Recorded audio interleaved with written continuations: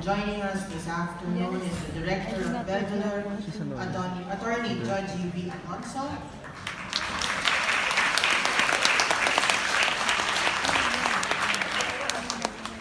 And the lead actor, Kit Thompson.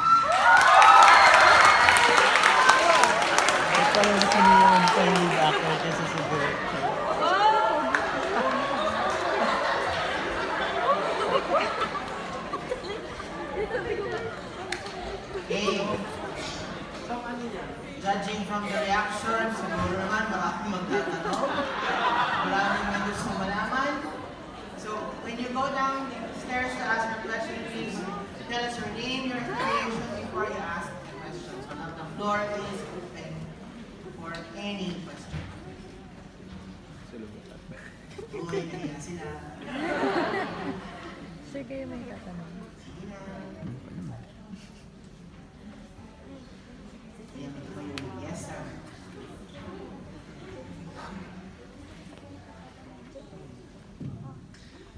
Good afternoon po. I am Jan Gareth Mendoza from LBU Batangas. Bali, dumadami na po ngayon yung mga films na merong relationship between two person na may malaking age gap. Katulad na lang ng Glorious ni Angel Aquino and Tony Labrusca. Meron na rin po na Ann Curtis and Marco Gumabaw and Sunshine Cruz and Enzo Pineda. Gusto lang po namin malaman kung ano po yung nagiging inspiration to come up with this kind of idea na magkaroon ng film na kung saan ang bida or ang pinaka-concept niya ay merong malaking age gap and mostly ay may mga sex scenes. Thank you po. Una sa lahat, itong material ng pelikula namin ay sinubmit namin sa Cinemalaya way back in 2017, no? September of 2017. So, way ahead kami ng Malamaya sa Glorious at saka sa Just a Stranger. Kasi nga, yung konsepto ay nabuo in sometime January, February of 2017 pa po. Nagkataon lang, late kami na pinalabas kasi batch 2019 kami. Now, apart from us, there are of course many other films na nagawa na rin on an older woman and a younger man, and ang dami kong napanood, siguro 20. Lahat ng klase, Amore, The Graduate, Mod and something, all kinds of stories about an older woman. Now, but why did I choose this material? I actually saw a video on the internet regarding this French woman who was so in love with this younger man. Tapos habang pinapanood ko siya, sobrang hindi ko ma-explain. I did not cry, I wept. Ibig sabihin, sobrang saksak puso talaga yung naramdaman ko. Kasi, you know, in this day and age, para ang hirap hanapin ng unconditional love. Someone who is willing to sacrifice yung gaano mo kamahal yung tao, pero nakita mo na there are things you cannot give him and you want him to be happy, you want him to be complete. So, yun. Nako-compare ko naman yun sa trabaho ko bilang abogado kung saan ang dami kong annulment cases na hawak, nag-aaway mag-asawa, magulang mag-anak, nagbabangay ng samana. So, siguro, one of the reasons why my heart went for this material is because there is so much love and I want to espouse love in this world, if I may say so. So, from there, nung napanood ko yung material, nagbuo ako ng sarili kong kwento na inspired naman by stories of other women in society. And then tinagpi ko sila. Ang tanging na-keep ko na lang is really the fact that this French woman looked for another girl for her lover at the time, and nagkatuluyan sila nung girl na nahanap niya. Okay. Yes, ma'am.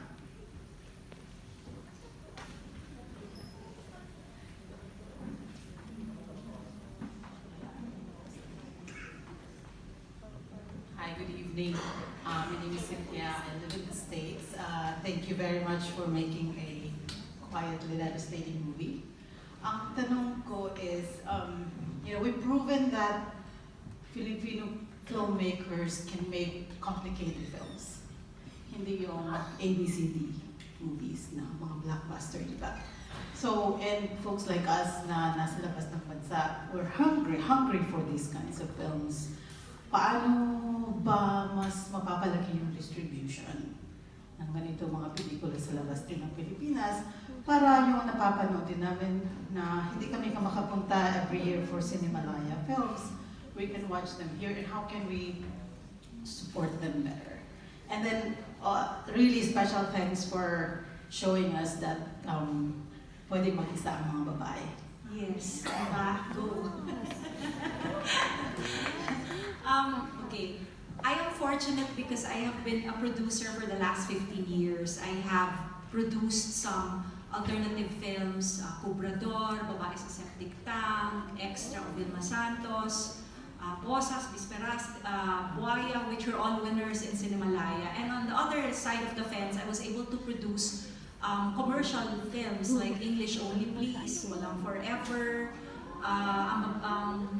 ang dalawang Mrs. Reyes. So, nababalance ko siya somehow na, I make the films for the soul, tapos I make the films for the fun of it, and hopefully making a profit out of it. So, in the process of producing, natuto din ako kung paano mag-distribute ng sarili kong pelikula. And this film, BELLE DOULEUR, is going to be shown in about 80 cinemas starting on August 14. So kung nagustuhan nyo, pakispread ko yung word. Kasi ang hirap ko, one of the biggest hurdles that a filmmaker has to make is sana bumalik yung puhunan para makagawa ka ulit ng ibang pelikula. So, yun, fortunate ako na nagagawa ko yun. Now, going abroad is more difficult kasi iba naman yung system doon. Usually, we deal with a distributor there, tapos binabayaran nila kami ng flat rate, tapos sila na yung nagpapalabas sa iba't ibang mga sinehan sa kung saan saang parte ng North America or wherever the Filipinos are. But kung minsan, pag hindi malalaki ang pangalan ng artista, hindi nila masyadong kinikater or hindi siya nagiging blockbuster, definitely. Kukunti lang yung mga sinehan na nakukuha. Pero pag malalaking artists like yung mga love teams ng Star Cinema, talaga ang dami-daming nanonood. So it's a constant challenge. I would post that as a constant challenge na sana ultimately talaga yung mga katulad nitong pelikula na to ay madidistribute at mas maraming makakapanood at hindi lang siya pang-festival. Kasi ang ibang sine na pinapalabas hanggang festival na lang. Tapos hindi na talaga nare-recoup ng filmmaker yung kanilang pera. So ang sakit-sakit nun.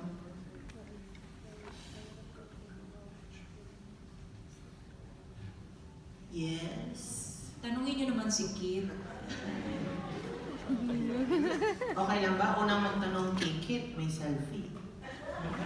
Yan, unang magtanong kay Kit may selfie na. Oh, yan na. Yan na, may sa likod.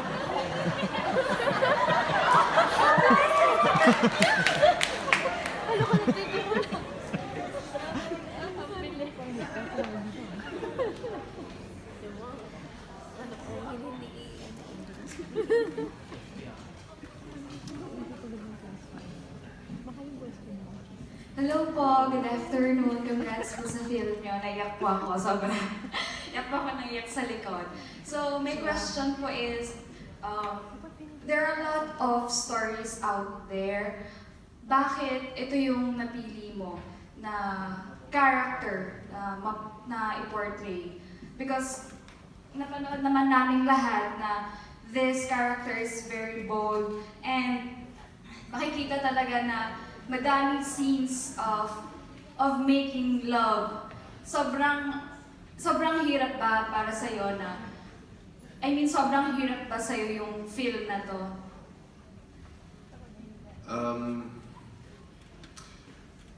Wala naman madaling film na gagawin, kahit sabihin natin short film yan, or feature film, o kaya TV, hindi sila madali.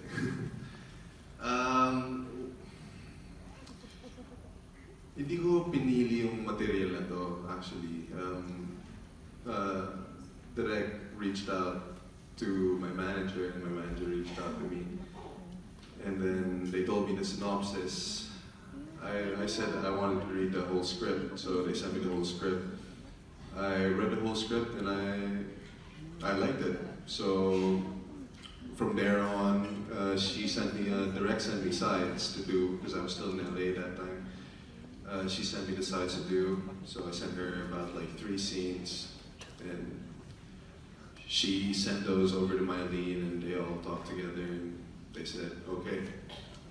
So that's pretty much the journey of how I got the part. But doing intimate scenes is always, parang parati may, andun parati yung ilang.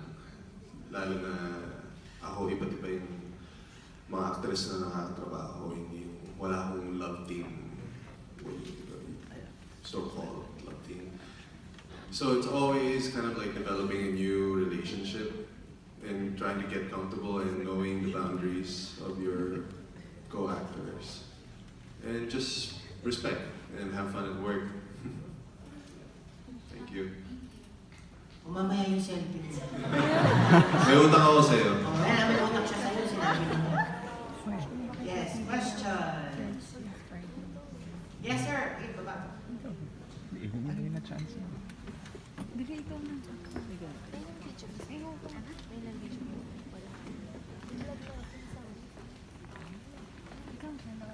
Magandang hapon po. Question ko po kay attorney. Ma'am, after 15 years of producing films, what made you finally decide to direct a film? And second is, why the French title? Yes. Unahin ko yung second question kasi mas madali yun. Since it was inspired by the story of a French woman, I wanted it to have a French title. Ang babaw, ano? But yun talaga yung major na dahilan. Apart from that, I love the French sound, the language itself. Napaka-ano siya, ayun na naman, full of love. Parang pag naririnig mo yung magsasalita sila, puno-puno ng pag-ibig. So, yun yung combination ng dalawang dahilan na yun. The other side of it, bakit ako nag-decide mag-direct? Naku, napakahabang kwento yun. Hanggang, baka dito tayo matutulog. The gist of it is, I was in 3rd grade. I was watching Maynila sa mga kuko ng liwanag. And from that moment on, nung napapanood ko yung pelikula, nandun na kami sa eksena na binububog si Bepol Rocco sa isang gilid ng yung boarding house na tinitira ni Hilda Coronel doon. Sobrang naramdaman yung gaano ka-powerful ang medium ng pelikula. And I said to myself, if I'm gonna, if I will have the opportunity, if I will have the money, I would really want to try my hand at directing a film. Yun, ganun yung nangyari. And then, moving fast forward, na-realize ko, nung nakita ko, I'm very close to Jeffrey Jaturian and Bing Lau, and when I saw how they would write scripts, direct a film, na-realize ko, shucks, hindi ko kaya, ang hirap-hirap. Yung tipong, direct, wala na po tayo, maubusan tayo ng araw. Hindi, antayin natin sa sunrise, may araw ulit yan, dyan natin kukunan. So yung oras na ang aga-aga mong babangon, tapos uuwi ka the next morning or next afternoon, wow, hindi ko kaya yun. So, medyo sabi ko, sige, magaling ako sa business sense. Ewan ko kung magaling kasi ilang beses naman ako natalo sa pelikula. Pero yung capacity ko na mag-generate ng funding for a film, magaling ako doon. So, nag-decide ako to do production. And then, last 2016, I was in the Cannes Film Festival because our short film was in competition in the Critics Week. And I was talking to my co-producer na Singaporean, and shinare ko yung short film concept ko. And then sabi nila, gawin mo na yan. So yun, ginawa ko yung short film. And then from there on, sabi ko sa sarili ko, ayan, nagawa mo na yung dream mo, nakapag-direct ka na. Yun nga lang, short, but it's still a film, no? And then, sinet aside ko na yun, I'm okay, I'm done. And then I saw the video of this French woman sharing her life story, and I said, if I'm gonna make a full feature film, this is the story I want to share. Yun yung journey ko, kung bakit ako nag-decide mag-direct. Ang hirap ng proseso na yun, takot na takot ako. Kasi, I've been a lawyer for 31 years, I've been producing for 15 years, tapos biglang mag-decide ka mag-direct. Parang ang layo-layo talaga. And a lot of people, I'm sure, have been skeptical kung kaya kong itawid, but that was the hurdle that I would just have enough confidence to finally take that plunge and do it. Yes, questions. Seryoso ako, sabi ko, magtanong kayo kay Kit, may selfie. Oo nga, kay Kit. Uy, nahiya ka sila. Dahil mga cellphone nakalabas. Wala akong tanong sa kanya. Sir, si Francis yung sinasabi sa niya. Yan. Yung tanong mo. Yung tanong mo sa kanya. Hi, hello. Congrats po direct. Sobrang ganda ng film. But the question is for Kit. If you will direct the film, will you have the same ending?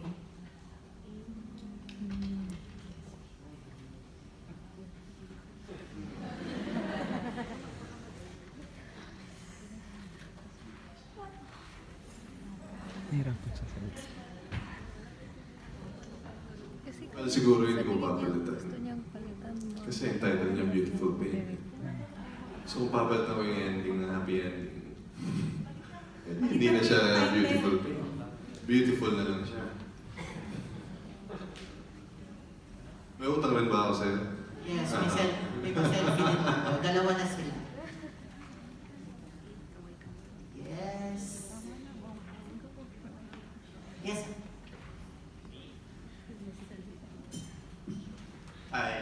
First of all, congratulations. My question is for Direct Attorney. Presently, how much of your time, say, of your working time, 100%, how much of it is for filmmaking? How much of it is for your law practice? That's my first question. The second question is, are you going to change this after this movie? Thank you. At the moment, I would say 80% law practice, 20% film production, filmmaking. Will I change that? No. Because I cannot afford to survive without my law practice. Seryoso yan. The first film I made in 2004, I lost roughly 30 million, my entire life savings, because of one film. Iyak ako ng iyak nun. Munti ko ng yung sinangla kong bahay, munti ko na ibenta para lang makasurvive kami. And that I will not allow that to happen ever again. No. Mahirap mahirap. For those here who are into filmmaking, there will be, I promise you, a lot of heartaches, a lot of hardships. It's not a joke. Kailangan dito, ready ka, ibigay puso, kaluluwa, lahat. Parang sa pag-direct nito, pag tinignan mo yung pelikula, it's 1 hour, 38 minutes, 38 seconds. Pero, my God, yung oras na binuhos namin dito, grabe. Lalo na sa pre-production, the ocular, when we do the shot list, everything. Anong mga specific details or requirements ko sa isang eksena. Tapos yung proseso ng paghanap ng lead actor, ang dugo nun. Kasi hindi mo pwedeng basta-basta i-cast kung sino-sino at itatapat mo sa isang Mylene Dizon. Hindi pwede. Kaya mahirap siya. But it's parang ito, nung matapos na siya, parang kang nanganak. Ang sarap-sarap ng pakiramdam. Nakita mo yung baby mo, tapos tumatawa yung mga tao, umiiyak sila, uy, natamaan sila. Yun, masarap yung pakiramdam. Sir, gusto Yes, we niyo have time for 2 more questions. Yummy to my sayang mo lang magtatanong. Yeah. Yung mga tickets nyo, pakibigay dun sa tao na nangungulimba. Para sa Or audience choice. Oo, baka sakali. Yes, ma'am. Good afternoon po. And I just want to congratulate po dun sa movie ang ganda po. I want to ask question po kay Kit po. Did you have any problems doing those scenes? Like the love scenes. Lalo na nakatry niyo po si Mylene. And Mylene Dizon is sobrang galing niya po mag-acting talaga. Thank you. Parang pabor pa nga ako sa mga eksena. Ako pa nga nagsabi sa kanya, Kit, mag-cover ka, mag-cover. Hindi, direct, okay lang ako. Diba? Hindi, kasi nakikita yung plastic. So, sabi mo, Ang dami kong detalye before ko ito. Oh, hindi. Binoform ko pa Hindi, siya. hindi, syempre, it's not easy. Lalo na with Mylene, it's not easy. Kasi, yun nga, may notion ako na, oh, I have to step up. You know, I have to give this my 110%. Opo, Not pinanood just ko lahat. 100. Puro ano lang. Pwede ko po May utang din ako sa'yo. Siyempre ka ba? Sige, yung tanungin ko po. Ask questions. That's okay. Yes, sir. Damit. Okay. Okay lang. Thank you, and Nalayo kasi natin eh. I have a question for the both of you.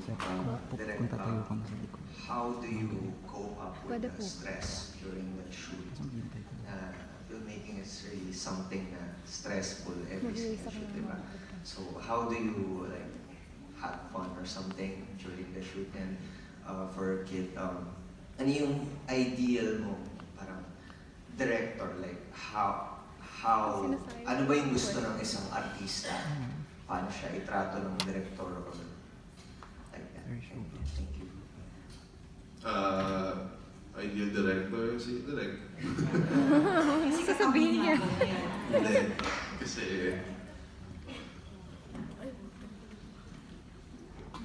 pag prepared ang isang director, mas napapadali yung buhay. Pwede ba? Kahit Kunyari, sino hindi ko man. narinig.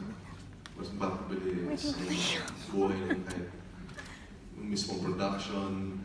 Everyone team, when the director has a clear vision, and she had one. Kasi And ako she ba? stick to it. Also, syempre, of course, we don't want basta sa director, but syempre, it happens in work, you know, it's stressful. Everybody gets kind of, how can you say this? Yeah, stressed. So nalalabas na lang nila. But, you know, working with attorney, it's like, because we had the time to shoot, so hindi lang kami nag-shoot hanggang 4 in the morning, 5 in the morning. So we would finish latest. Sometimes, like, maybe it happened twice, like, what, 2 a.m. or 1 a.m. May 9:30. May 9:30 a.m. kami back up. So, consider na yan sa amin maaga. Yeah, so yeah, a prepared director who has a clear vision. Yun, that's an ideal one. Yung stress, hindi kasi talaga nawawala yun. As in, from the time that you make that decision to make a film, conceptualization, pagbuo ng script itself, ang hirap-hirap. And there's another facet of myself that I have to share. I am a cancer survivor, 11 years now. And I had to make sure that this would not kill me. Kasi, yun, hindi ko kaya yung puyatan, that's for sure. Kasi gigising ako na alas 3, alas 4 ng umaga, pero wag mo akong pagsushootingin hanggang alas 3 na madaling araw. Pagdating talaga na alas 12, low bat na ako. Kasi pagod na eh. So, yun, I could have finished this film in 7 or 8 days, pero hindi ko ginawa yun. I took my time, so we finished it in 11 because we had to go to Marinduque. So, sumakay pa kami ng Roro and all that. So, 2 days tuloy na dagdag. Another thing I did is, since maaga ako nag-start, I was the first to start sa batch namin. I think September of last year, nagsushoot na ako. this week, isang araw lang ako mag-shoot. Na next week, isang araw lang. And then nung nakuha ko na yung tempo, nagto-twice a week na kami. I didn't go beyond twice a week kasi hindi ko talaga kaya. Kasi nagtatrabaho ako at the same time eh. Like, nag-shoot kami Tuesday, Thursday, gano'n. I work Mondays and Wednesdays. So, nagko-court hearing ako and all that. I could not set that aside. So, kaya I had to pace myself. And then this sounds funny, but one of the things I did to lessen the stress was to cook. As in, mas wino-worry ko pa kung anong pagkain na dadalhin ko for the day kaysa sa imamount ko ng mga eksena.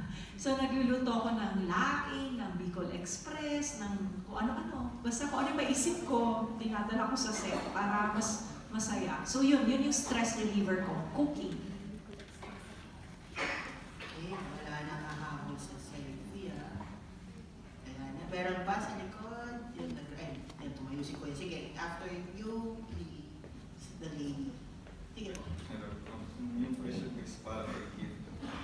Ano yung compared to your other roles, ano yung preparations na ginawa mo for this movie? Physically and mentally? Well, physically, wala naman masyado. Mentally, I had to undergo, well, it was mostly for my English. Kasi I was in LA, I was in America, I stayed there for about 3 years. And then I came back to do this movie. Pero yung problema nila sa akin, yung English ko daw, masyado slang. So I had to work on that. So that's one thing I worked on. I also worked on with Rolly Essential, and just for the characterizations and getting into character. So yeah, that's it. Thank you. Uy, may selfie ka din Kuya, pati yung una kanina, kasali ka rin sa selfie. Hello po. I have a question po for Attorney Derek. Congratulations po. Napakaganda po yung film. And kakaiba po yung message. Pero ano lang po, siguro po personally lang po, I don't feel like the trailers did the film justice. So, ano po, since they were very sexual po, they would appeal to a certain audience. Would there be any reason po na yun yung napili yung audience? Kasi yung trailer kasi, ang tagagawa ko nun, pang commercial films talaga yung ginagawa niya. So, this was more to entice people. The idea is to entice people to watch it, and then once they watch it, they discover it's something much, much better. Naks. yun yung kanyang sinabi sa akin, so ako naman sunod-sunuran lang. Malay ko naman sa pagbenta ng pelikula. Hindi ako magaling sa promo, at saka wala akong ability sa pagpo-promote ng pelikula at all. Thank you po. Thank you. Okay, final words from Kit and Attorney. Ay, meron ako, sorry, hindi ko nakita.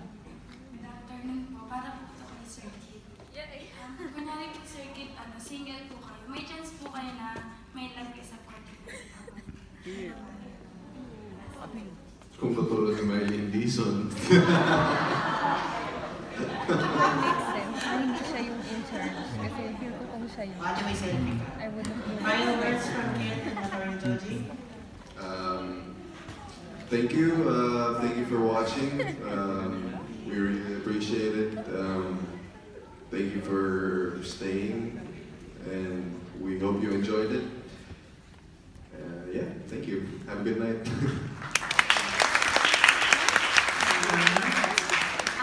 Ganun din po, maraming salamat sa inyong lahat sa oras na binigay niyo para panoorin itong aming munting pelikula. Sobra po namin na-appreciate yon. Kung ito po ay nagustuhan niyo, paki-tweet po, paki-share, kasi napaka-humongous ng challenge. This coming August 14, magkakaroon nga po kami ng theatrical release at kinakabahan na ako kung may manunod sa mga sinehan. Sana po tulungan niyo kami. Kung hindi niyo po nagustuhan ang pelikula, please be kind. Thank you!